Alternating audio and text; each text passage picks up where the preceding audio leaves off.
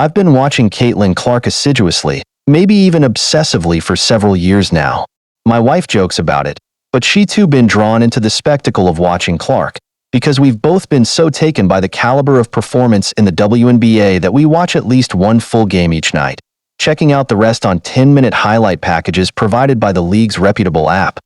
When folks began pondering the notion of Clark making the U.S. Olympic team, I was totally in favor and went public with it. That was 2 months ago, and it is no longer the case. Upon reconsideration, there isn't a hint of logic to support her being in Paris. Everything about the timing is wrong. Clark wasn't able to participate in a single USA training camp. She broke into the league with an Indiana Fever team that hasn't been impressive in any way, from the coaching to the efforts to get Clark open shots, and a brutally crowded schedule ruled out a ton of practice time. Always looking a bit desperate, swarmed at every turn, Clark is leading the league in turnovers, nearly 6 per game, and hitting barely a third of her three-point shots. She really does need a break, on both the physical and emotional fronts. For years from now, probably much sooner, she'll be a near-automatic choice to make the team.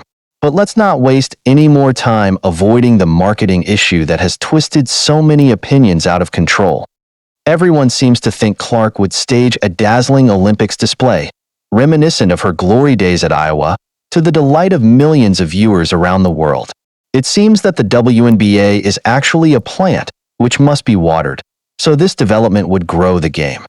Now, picture what that would have looked like had it happened. Clark makes the roster and the players gather for media availability before the first game in Paris.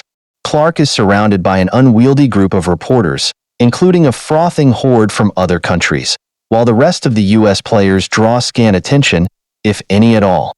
After the first game is over, and those same reporters demand, why wasn't Caitlin Clark playing? Around the world and in the stands, among families barely familiar with the sport, disappointed little kids wonder where Caitlin went. Perhaps she did play a bit, but it wasn't any kind of show. And why? Because she's a fourth-string guard on the team. Respect and common decency suggest that the great Diana Taurasi should start, at least for the opener. Place Chelsea Gray, if healthy, the best point guard in the world, alongside her. The backup guards, Sabrina Ionescu and Kelsey Plum, are world-class elite players in every way, not to mention a delight to watch. Behind them, we find sensational two-way star Kalia Copper, MVP of the 2021 finals when her Chicago team won the title, and Las Vegas Jackie Young, whose 34 points Thursday night in a win over Phoenix typified her long-time scoring brilliance.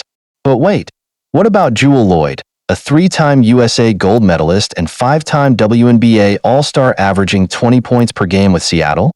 No one accepts the truth more than Clark, who reveres great players and wouldn't lodge a single complaint. 8 of the selected 12 U.S. Olympians played together in the 2020 Games, and that team has evolved into a sisterhood, likely to be as popular and entertaining as the 1996 U.S. team that won the gold medal in Atlanta and essentially gave birth to the WNBA. I don't get how you grow the game if USA basketball turns into a circus, in which Clark is barely more than a ticket taker. Don't buy this nonsense that the USA players resent Clark as a person.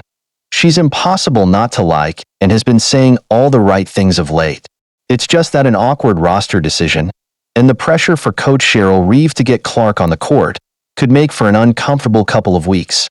Finally, how does the WNBA's Olympic presence grow the game globally when the league not only discourages players from competing overseas each year, but institutes a prioritization rule to suppress their options? The game is growing, right here in the US. Those packed arenas throughout the league aren't all about Clark. Expansion is coming, including San Francisco next year. Players have shoe contracts envied by their NBA counterparts, and there's a multi-billion-dollar television windfall coming next year, when the current deal expires. Meanwhile, somewhere in Iowa, an empty basketball court awaits Clark. Whenever she chooses to spend some time working on her game during the WNBA's Olympic break, this will be her stage. It will be private, above the fray, and not the slightest bit inappropriate. It's exactly where she should be.